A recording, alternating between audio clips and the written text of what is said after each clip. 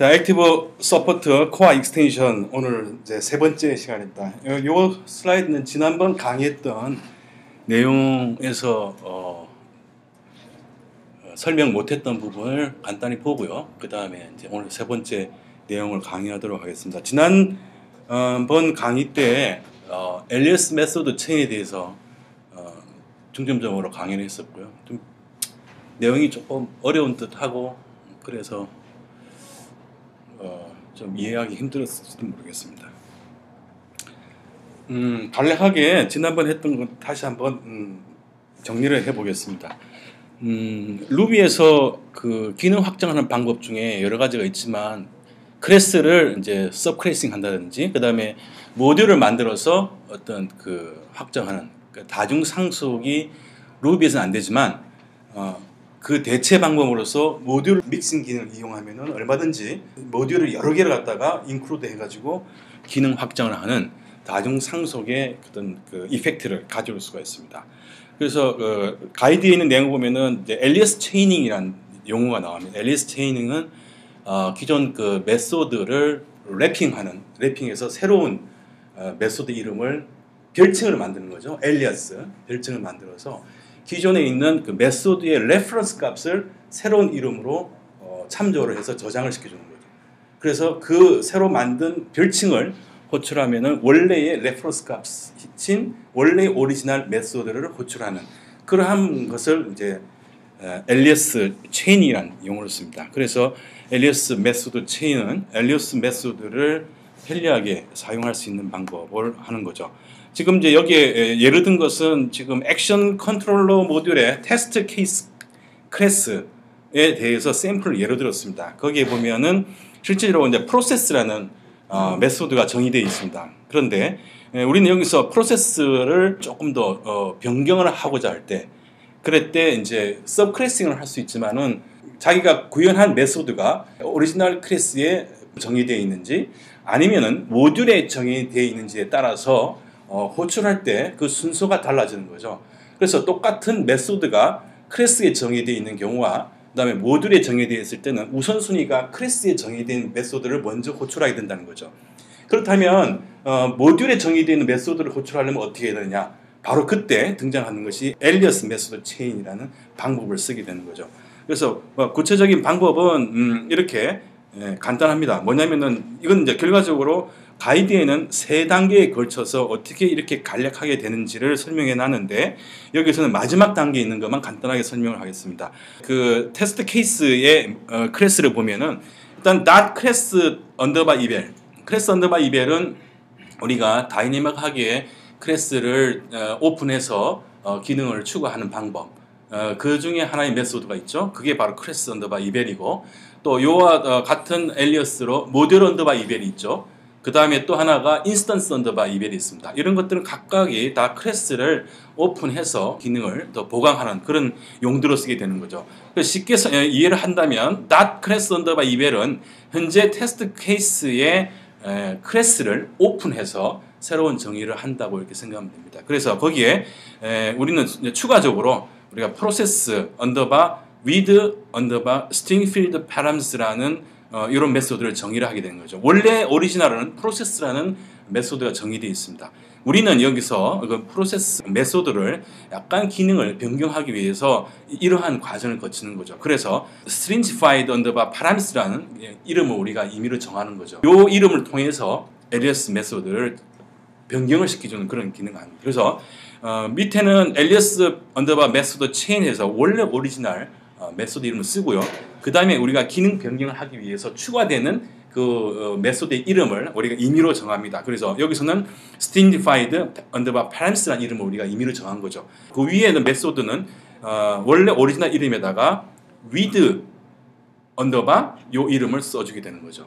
그리고 그 안에다가 우리가 필요한 어떤 기능을 추가해주고 그 다음에는 이제 프로세스 without 똑같은 이름에 이렇게 넘겨주는 여기서는 이제 파라미터의 어떤 조작을 해주는 그런 이제 기능을 추가한 거죠. 자, 이런 식으로 정의해주게 되면은 바로 우리가 그 기능 확장을 할 수 있다는 개념입니다.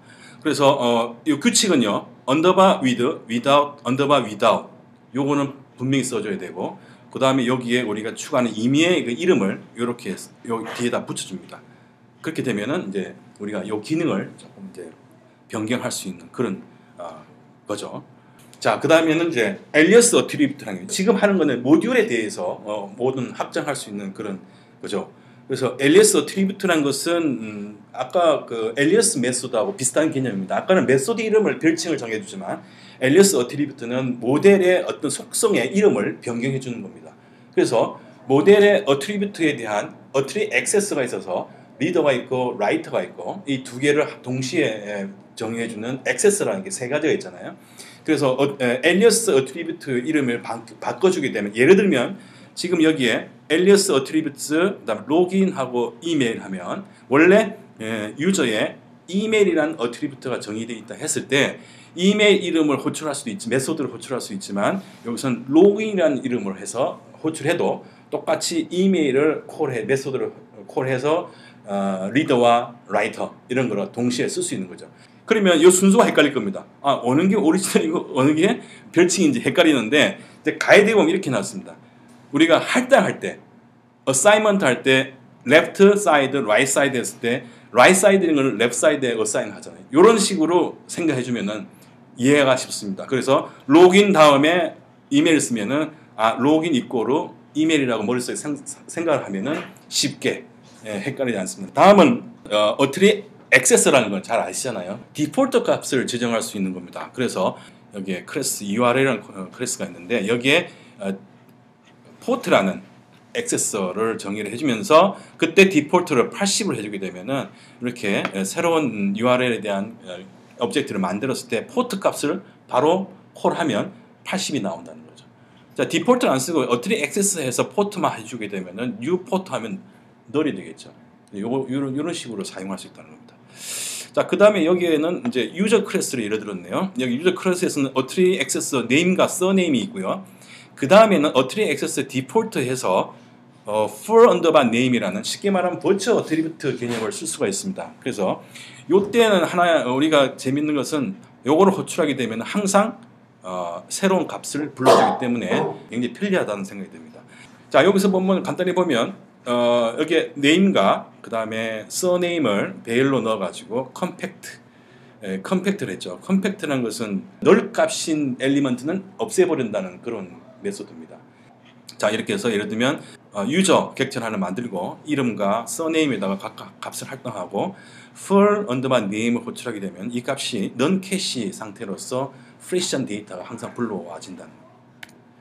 자, 다음은 attribute internal 또는 그 alias인 attribute internal underbar access라는 게 있습니다. 요거는 뭐냐면은 라이브러리 같은 걸 만들 때 상속하게 되면은 그 attribute 값이 이름이 중첩될 수가 있습니다. 예를 들자면 여기에 현재 이제 서드 파티 라이브러리 모듈에 크로노라는 클래스가 있습니다. 거기에 이제 로그 레벨이 원래는 이제 attribute underbar access라고 되어 있다고 가정을 한다면 이거를 상속받는 mycrawler라는 클래스에서 똑같이 로그 레벨로 attribute access를 쓰게 되면 이 이름이 충돌이 되겠죠. 이때 attribute internal을 하게 되면은 내부적으로 이 속성의 이름을 변경해 줍니다. 그래서 이름 충돌을 피할 수 있는. 그래서 이런 것은 이제 attribute internal은 보면은 이제 데이터 모듈을 레이스 프레임워크의 모듈 보면은 attribute internal이라는 것을 많이 씁니다. 이게 이제 상속될 때 이름 충돌을 피하기 위한 방법입니다. 그래서 attribute underbar internal 쓴다든지 뭐 underbar access 써도 똑같은 엘리어스이기 때문에 사용할 수 있습니다. 자, 여기서 보면은 한 가지 여기서 이제 이렇게 attribute internal을 쓰게 되면 그 이름이 어떻게 바뀌냐면 이렇게 바뀝니다. 골뱅이 언더바가 앞에 붙습니다. 그래서 이 충돌을 피할 수 있는데 요거는 사실은 이러한 형태의 internal 이름의 포맷은 모듈 attribute internal naming 포맷이라는 여기에다가 할당을 해주게 되면은 그 이름을 얼마든지 자기가 편하게 바꿀 수 있다는 그런 것도 소개되어 있습니다. 자, 또 다른 예는 이제 여기서 우리 액션 부에서 레이즈 프레임워크인 액션 부에서 보면은 베이스 클래스에 이렇게 사용을 합니다. 어트리 인터널 해가지고 뭐 캡처, 리퀘스트, 레이아웃, 컨트롤러, 템플릿 이러한 속성 이름을 인터널로 지정해줘가지고 그 다음에 상속 받을 때 캡처나 리퀘스트를 쓰더라도 이름을 자체적으로 골뱅이 언더바 뭐 캡처라든지 이런 식으로 변경해주기 때문에 충돌을 피할 수 있다는 거죠. 자, 그 다음에는 우리 일반적으로 이제 클래스를 정의할 때 인스턴스 어트리뷰트를 정할 때 어트리 언더바 액세스를 쓰잖아요. 자, 그런데 우리가 모듈에서 모듈의 속성을 지정할 때 모듈 속성을 지정할 때 M자를 붙이게 되면 이게 모듈이란 말입니다. 똑같이 공이 쓸 수 있습니다. 자, 이런 식으로 해서 실제로 액티브 서포트 모듈에 디펜던시에 보면은 이 M자가 붙어서 아, 모듈 속성이구나. 이건 알 수가 있습니다. 이런 식으로. 반대로 C가 붙으면 뭡니까? 클래스 어트리뷰트가 되겠죠. 그래서 이제 세 가지, 그러니까 앞에 C나 M이 안 붙은 경우와 C가 붙을 경우와 M이 붙을 때의 어트리 액세서, 이거는 어트리 리더가 있겠고 어트리 라이터가 공이 있겠고 그다음 어트리 액세서 이 세 가지 세트 3종 세트가 공이 적용이 됩니다. 이렇게 사용할 수 있다. 그 다음에 중첩된 모듈이 있을 때 그때 이제 페어런트를 이제 우리가 얻을 수 있는 방법이 있습니다. 그래서 거기에 우리가 쓸 수 있는 메소드가 페어런트가 있고 페어런트 네임이 있고 페어런트 이렇게 세 가지가 있습니다. 그래서 이제 예를 들어서 이제 이렇게 됐죠. 모듈이 중첩돼서 이렇게 X, Y, Z가 있을 때 이거를 우리가 이 Z 모듈을 한 M자의 컨스턴스에다가 이제 할당을 해줍니다.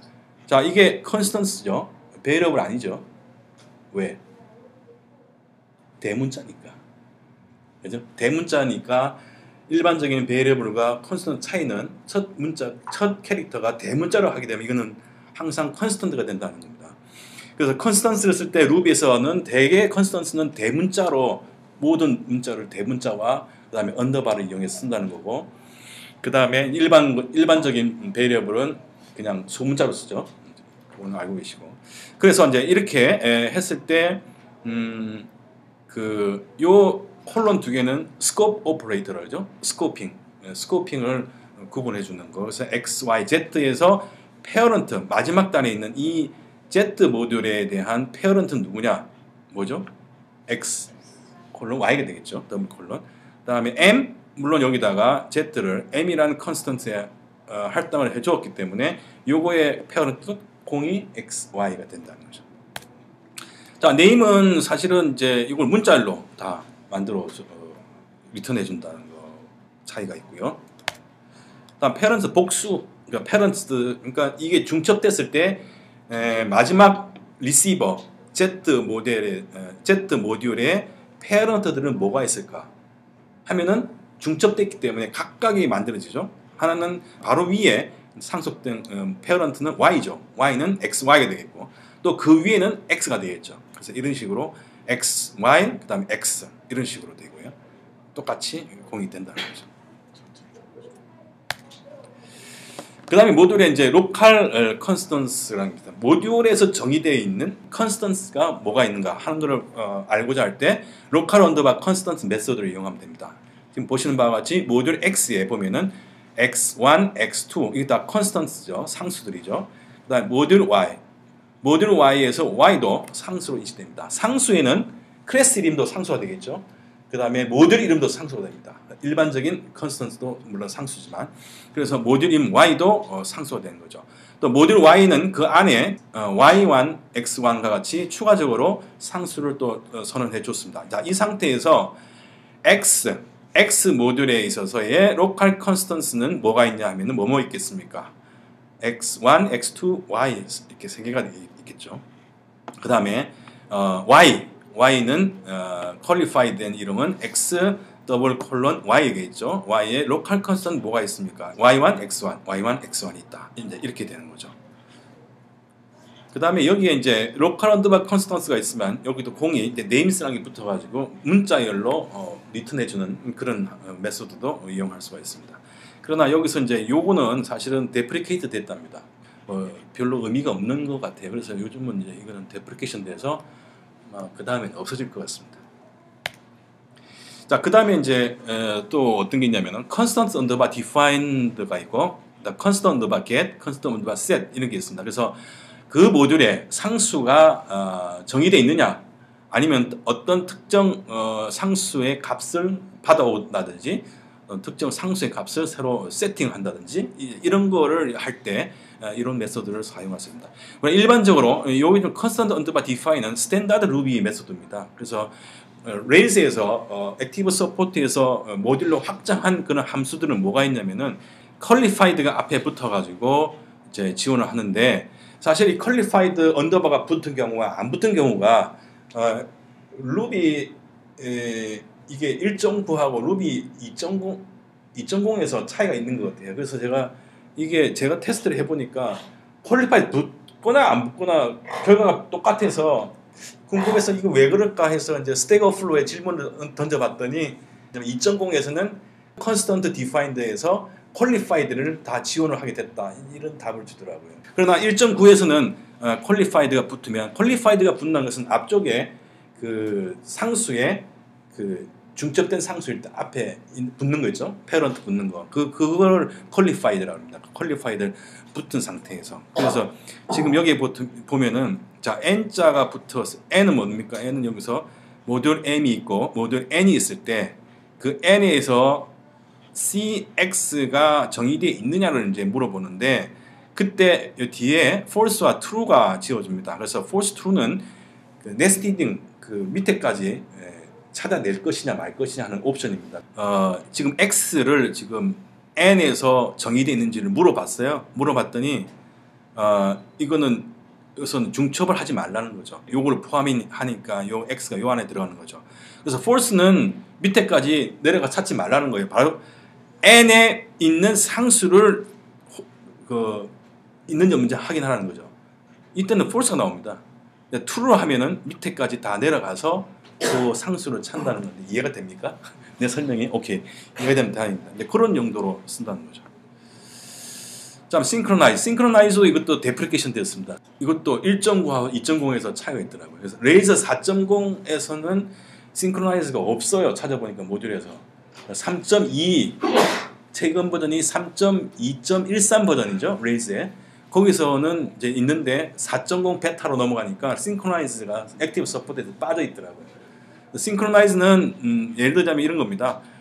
지금 현재 클래스에 정의되어 있는데 특정 메소드를 싱크로나이즈하고, 그 다음에 이 메소드가 실행될 때 요 다음에 있는 값을 자동으로 싱크 시키라, 뭐 이런 겁니다. 근데 이제 앞으로는 이게 싱크가 이게 없어질 거니까 뭐 별 의미는 없는 것 같아요. 자, 리처블.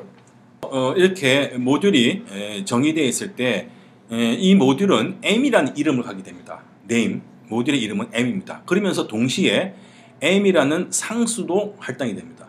그러니까 모듈의 이름과 모듈의 상수가 같이 커플이 되어 있을 때, 그때 우리는 m을 통해서 리처블이라는 메소드를 호출할 수 있습니다. 오브젝트라는 클래스에서 모든 상수를 관리를 합니다. 예를 들면 오브젝트에 보면은 컨스턴트로 해서 오브젝트에 정의되는 모든 상수를 우리가 다 얻을 수 있어요. 근데 만약에 여기서 우리가 모듈을 하나 xxx라고 하나 만들고요. 그 모듈을 하나 만들어줬죠. 그 다음에 다시 한 번 더 컨스턴트를 호출하면요, 이 맨 아래 xs가 보입니다. 그러니까 그 상수를 만들면 그거는 오브젝트 클래스에서 다 관리를 하는 것 같아요. 그래서 여기에 보면 이제 이 말이 나옵니다. 그래서 여기에서 보면 오브젝트 나오는 이유가, 지금 현재 m이 정의되어 있으면 이 m은 오브젝트에서 관리하는 그 상수 배열에 추가가 되는 겁니다. 그래서 이때 오브젝트에서 remove constant라는 심볼로 해서 메소드를 호출해서 m 심볼로 되어 있는 이 상수를 갖다가 삭제를 하게 되면 orphan 해서 오브젝트에서 send하고 remove const. 자, orphan이 나오죠. orphan은 리턴 값이 뭐냐면 모듈 객체 자체가 리턴 된다는 거죠. 자, 이렇게 했을 때 지금 현재 orphan이라는 모듈이죠. 이 모듈은 요 m 모듈입니다. 이 모듈에서 이름은 뭐냐면은 name은 그대로 m이 나옵니다. 리턴 됩니다. 그러나 orphan에 reachable 하자 하면은 false가 나옵니다. false. 왜냐하면 orphan에 상수가 없기 때문에 이렇게 되는 겁니다. 그래서 이제 다시 한번 더 모듈을 만들어주고 다시 리처블을 호출하면 공이 false가 되는데, 왜냐하면 이때 다시 이제 m이라는 상수가 만들어지긴 하지만은 이때는 새로운 인스턴스가 만들어지기 때문에 그게 여기서 적용이 안 되는 거죠. 왜냐하면 이 올폰이지 이 모듈 m이 아니라는 거죠. 이해가 되시죠? 예, 안 되시나요? 안 돼도 넘어가야 돼. 시간이 없어. 올폰은 그냥 그러니까 아까 변수기 때문에 아니에요? 아니 새로운 인스턴스로 올폰을 할당해 주잖아. 그러니까 그리고 또 새로 추가한 그 모듈 m은 새롭게 만들어진 모듈이에요. 그러니까 그게 아니기 때문에 된다는 거죠. 자, 어너니머스는 쉽게 말하면은 모듈의 이름이 있느냐 없느냐 그걸 알아보는 거예요. 아까는 그 리처블은 상수가 있을 때 상수를 가지고 핸들링 하는데 이 애너니머스는 이 모듈의 이름이 있느냐 없느냐 가지고 이야기하는 겁니다. 자, 예를 들어서 모듈 m을 정의를 해놨습니다. 그때 이 상수 m의 이름은 뭐냐? 모듈의 이름은 m이죠. 여기서는 모듈이라는 클래스를 이용해서 모델 객체를 하나 새로 만들고 거기에다 이름을 호출하게 되면 요 이름이 n자가 나오죠. 왜냐하면 이 m이 상수로 할당되면서 이름이 m이 되는 거죠. 여기서 좀 헷갈리긴 합니다만은 여기서는 이제 모듈 이름을 해서 할당을 하지 않고 바로 이름을 호출해 주면요 아무것도 없어요. 자, 이런 경우에 바로 이 어너니머스가 되는 겁니다. 자, 여기서 m은 요 m이죠. 요 m에서 어너니머스. 이 익명이냐? 아니다. 이름이 있다 이 말이 되겠죠. 여기서는 이제 모듈을 새로 만들어서 요게 이름이 있느냐? 이름이 없느냐? 하면 없죠. true가 되겠죠. 제가 이 말이 좀 이상하긴 한데 여기 이해가 되시죠, 그죠? 네. 새로 만들어서 할당 안 된 상태에서는 어너니머스가 되는 거죠. 그러나 모듈 객체를 만들어서 상수에 할당을 하고 거기에 대해서 어너니머스를 호출하게 되면 이름이 있기 때문에 false가 된다는 겁니다.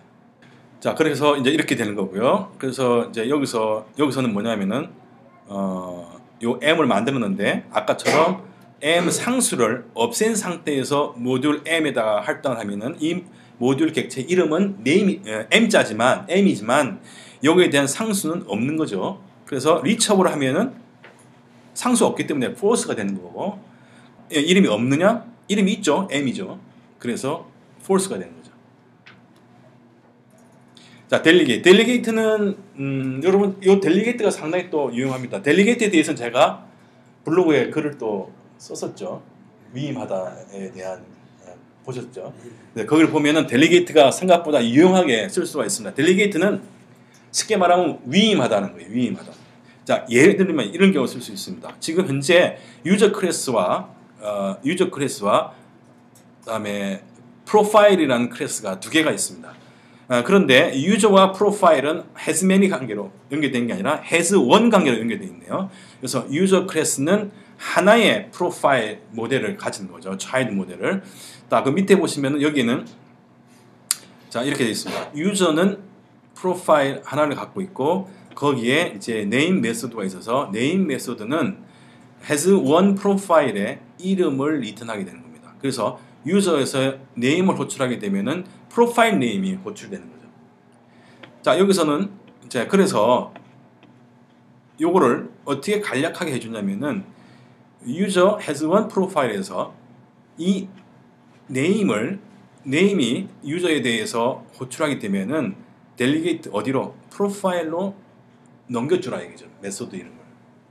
그래서 용법은 이렇게 됩니다. 용법은 유저에서 네임을 바로 호출하게 되면 프로파일의 네임이 우리가 얻을 수 있다는 거죠.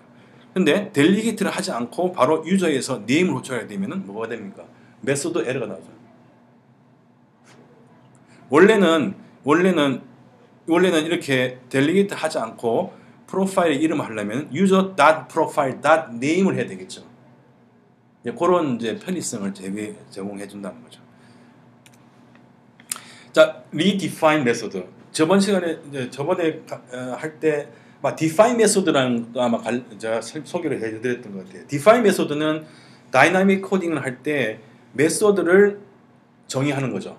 우리가 .class eval이라는 메소드를 이용할 때 클래스를 오픈해서 새로운 메소드를 정의해 줄 수 있다. 그죠? 다이내믹하게 정의를 하는데 그와 같이 define 언더바 메소드 말고 redefine 언더바 메소드가 있어서 메소드 자체를 다시 정해 줄 수 있는 그런 코딩을 할 수 있습니다. 그래서 redefine 메소드에서 이런 식으로 하는데 이거는 메타 프로그램 할 때 지금 하는 내용들이 거의 다 메타 프로그램에서 필요한 내용들입니다. 자, 이제 이게 원래 이제 오늘 할 내용들입니다. 자, 다음은 지금까지 한 거는 모듈에 대한 건데요. 지금은 이제 클래스에 대한 겁니다. 클래스에 대해서 공이 쓸 수 있는 메소드입니다. 자, 여기 처음에 등장하는 게 이제 클래스 언더바 어트리뷰트라는 게 있습니다. 클래스 언더바 어트리뷰트. 이거는 이제 클래스를 이제 상속할 때 계속 상속되는 어트리뷰트가 되겠죠. 근데 그때 중간중간에 상속된 클래스에서 요 클래스 언더바 어트리뷰트를 얼마든지 변경할 수 있다. 그런 용도로 쓸 때 클래스 언더바 어트리뷰트라는 메소드를 쓰면 됩니다. 예를 들면 이렇게 할 수 있습니다. 클래스 A를 선언하고 여기에 클래스 어트리뷰트 X를 심볼로 선언을 해줍니다. 그 다음에 A를 상속받아서 B 클래스를 만들고 또 B를 상속받아 C 클래스를 만들었다고 한 전제 조건 하에서 우리가 A 클래스에서 클래스 속성인 X에다가 A 심볼을 할당해 줍니다. 그래서 이제 BX를 호출하면 여기 지금 X가 A로 바뀌었기 때문에 A가 리턴되고 또 C는 B를 갖다 상속했기 때문에 A가 또 역시 리턴된다는 거죠. 다음 B에서 B를 갖다가 할당해 줍니다. B를 할당해 주면은 A는 A가 되겠죠. 왜? A 했는데 B 단에서 상속받은 B에 대해서 X를 바꿨기 때문에 이런 식으로 중간중간에서 값을 바꾸면 그 바꾼 값에 상속되는 그 밑에 클래스에서 값이 또 변경돼서 쓸 수가 있다는 거죠. 자, 그런 용도일 때 클래스 언더바 어트리뷰트 쓸 수 있고 그 다음에 이제 클래스 언더바 inheritable accessor reader write라는 게 있습니다.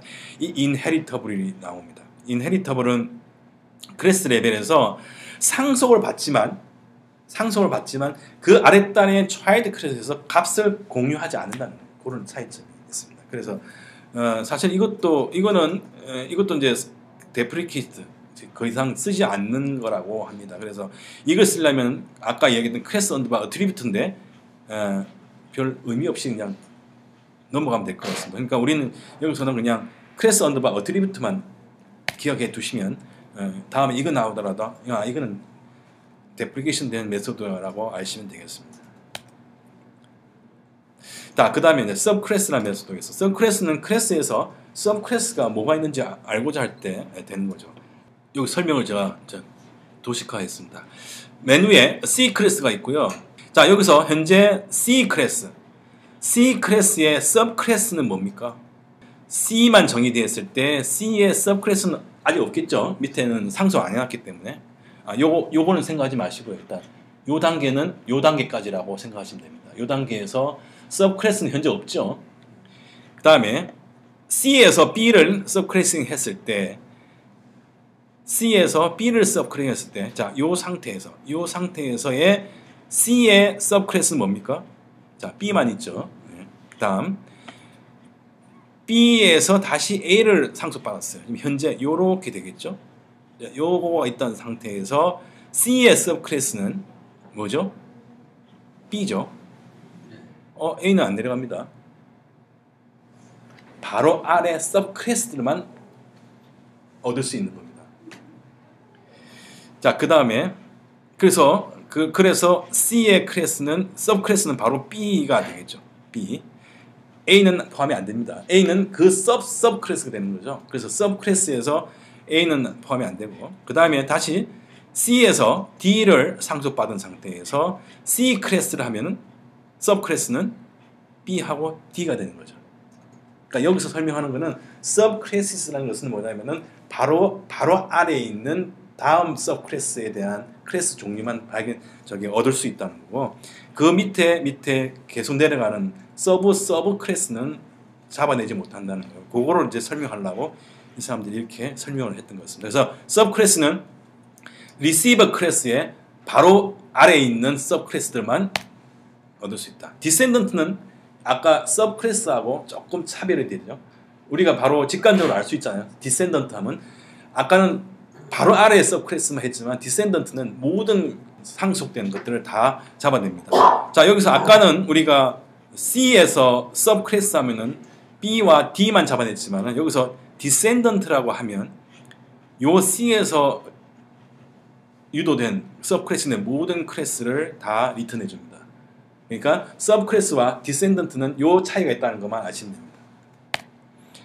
자, 그 다음에는 조금 전까지는 이제 클래스에 대해서 공이 쓸 수 있는 그다음 코어 익스텐션 부분을 이야기했는데, 다음은 이제 스트링에 대해서 확장된 메소드들을 이제 설명합니다.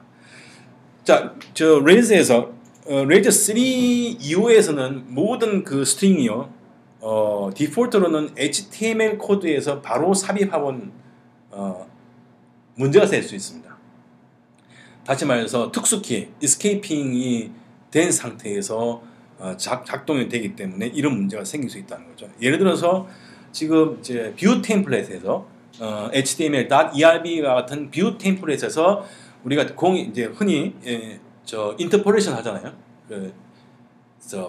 꺽쇠해서 퍼센트해서 그 안에다가 이제 인서스 값 불러와서 속성을 갖다가 거기다가 인터폴레이션 하는데, 그 인터폴레이션 되는 그 값에 escape 문자들이 있으면 그것이 제대로 디스플레이가 안 될 수 있어요. 예를 들면 앰퍼센트 같은 게 있으면은 표시할 때 앰퍼센트로 표시되면 좋은데, 앰퍼센트가 escaping이 돼가지고 앰퍼센트의 그 값 있잖아요. 값이 보이게 된다는 거죠. 그래서 레이즈 3부터는 이런 뷰 템플릿에서 삽입되는 모든 스트링은 HTML로 unsafe하다. 그러니까 세이프하지 않다는 것은 escaping이 된다 이 말이죠. 말이 좀 복잡한데, 그래서 일반적으로 그냥 문자에서 HTML safe 하냐면 false다. 이게 레이즈 3에서부터는 디폴트로 이렇게 돼 있다는 거예요.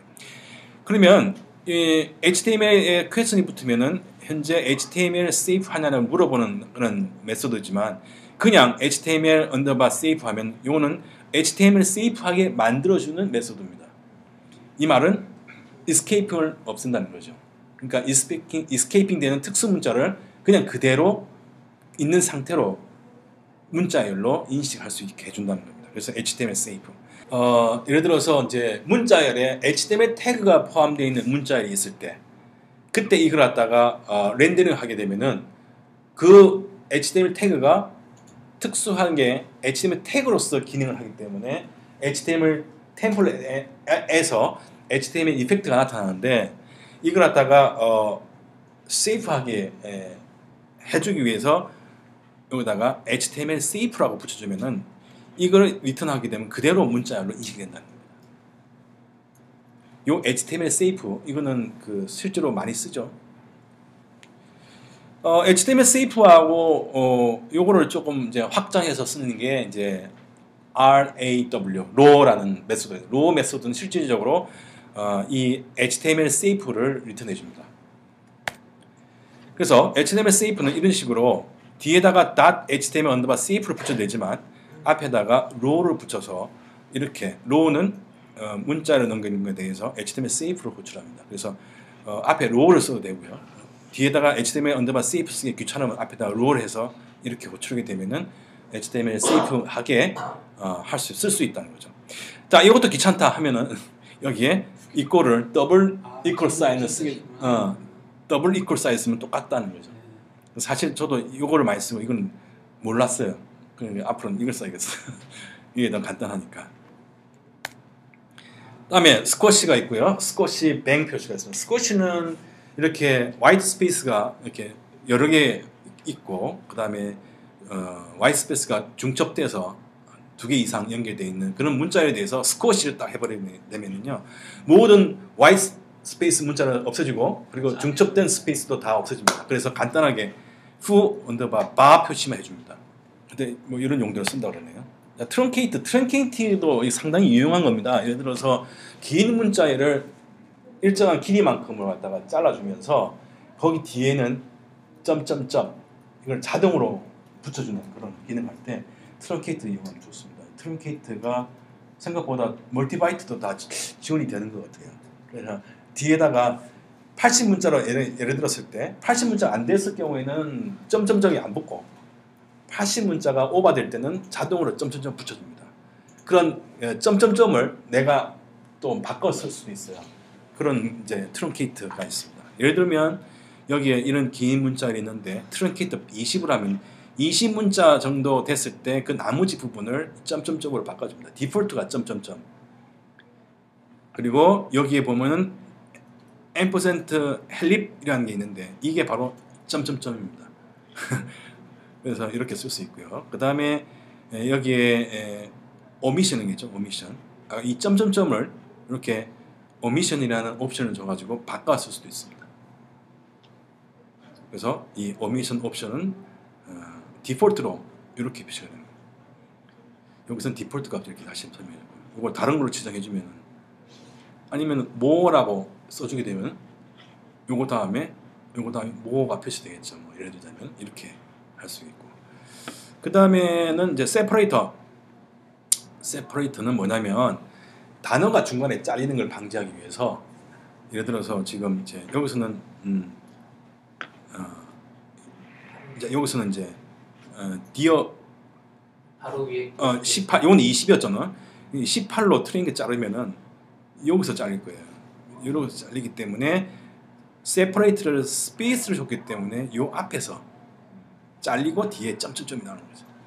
이렇게 아주 뭐 세밀한 배려까지 하게 되는 거죠. 우리 같이 멀티바이트 쓸 때는 도움이 될 것 같아요. 그런가요? 그 다음에 이제 그 인쿼리라는 그 메소드가 있습니다. 인쿼리는 참 재밌어요. 뭐냐면은 이 문자를 비교를 할 때 아주 쉽게 해줍니다. 이 문자를 인쿼리를 호출하게 되면은 스트링 인쿼리라는 객체를 리턴해 준답니다. 그러면 그 다음에 이 문자를 스트링 문자일이 아니라 이렇게 메소드 이름처럼 써주게 되면 이거와 이거를 바로 비교를 해준답니다. 아주 재밌죠 이거. 그러니까 문자를 비교할 때 그 편리를 도모하기 위해서 인쿼리라는 걸 호출하게 되면은 이렇게 비교를 또 할 수 있다고 합니다. 그 다음에 인터폴레이션. 우리가 인터폴레이션 하면은 저기 루비에서 인터폴레이션은 샵 표시에다가 그 브레이스 표시를 해주잖아요, 그죠? 여기 이제 그 키베이스 인터폴레이션이라는 게 레이즈에서 확정되어 있습니다. 예를 들어서 이렇게 브레이스가 아니라 퍼센트 다음에 꺽쇠를 쓰게 되면은 꺽쇠를 쓰고 문자 안에다 쓰고 그 다음에 퍼센트 해놓고 요에다가 해시로 요 키 값을 심볼로 해서 값을 넘겨주면은 이렇게 인라인으로 인터폴레이션을 또 해줄 수 있는 기능이 있습니다. 이렇게 키 베이스드 인터폴레이션도 레이즈 액티브 서포트에서 지원해주고 있고요. 그 다음에 start with, end with라는 것도 있습니다. 이거는 뭐 이 문자에서 F로 시작되느냐, 그 다음에 이 문자열이 리시버 문자열이 알파벳 스몰 O로 끝나느냐, 뭐 이런 거. 그 다음에 strip here dog이라는 것은 이렇게 많은 문자열을 쓸 때 앞에 인덴트를 없애줄 때 이렇게 strip underbar here dog이라는 걸 쓸 수 있고, 이건 뭐 들어두기만 하면 됩니다. 뭐 이건 at이라는 게 있어서 문자 앞에 리시버 문자열에 제로에 있는 문자열이 뭐냐? H 0 1 2 3 L 4? 아 제로네. 0 1 2 3 아 맞네. 그 다음에 마이너스가 붙으면요 거꾸로 첫 번째가 뭐냐? 그 다음에 이 길이보다 더 긴 인덱스 넘버를 넘겼을 때는 에러가 표시된다. 또 from은 지정한 문자일부터 뒤에 있는 모든 거를 제로부터 모든 걸 다 요거는 0, 1, 2 L부터 뒤에 모든 거 from은 이렇게 또 마이너스 붙으면 뒤에서부터 두 개 뒤에서부터 두 번째부터 모든 걸 이런 식으로 이것도 마찬가지로 여기서 from은요 요 번호가 오버되게 되면은 빈 문자열 empty 문자열을 리턴해 준다. 다음 to라는 게 있습니다. to는 까지 해서 2번 앞에서부터 2번까지 0, 1, 2 hell 이는 거꾸로 처음부터 마이너스 2까지 여기까지 이렇게 되는 거죠. 또 이때는 to는 숫자가 오버될 때는 전체를 다 에러가 난다고 이렇게 된다. 다음에 first, last가 있습니다. 자, 이 first 다음에 숫자를 쓰게 되면요. 요거는 결국 2 다음에 n-1이라는 거하고 같다. 또 last는 이렇게 from부터 마이너스 뒤에서부터 enter 쓰는 것과 같다. first, last가 string에서 쓸 수 있는 메소드로 이런 것이 있다. 자, 다음에는 이제 그 string에 쓸 수 있는 inflection. inflection은 뭐냐면은 이제 문법상에서 어형의 변환 뭐 이런 거 말하는 거예요. 그래서 단복수라든지 뭐 과거형이라든지 뭐 이런 식의 변환 형태인데 보면 이제 플로라이즈 복수화가 단수화하고 문자열을 다 카메형으로 문자를 바꿔주고 이런 조작하는 거. 이런 거는 다음번에 하나하나 대해서 자세히 제가 설명을 해드리겠습니다. 자, 오늘 강의는 딱 시간 맞춰서 여기까지 했습니다. 네.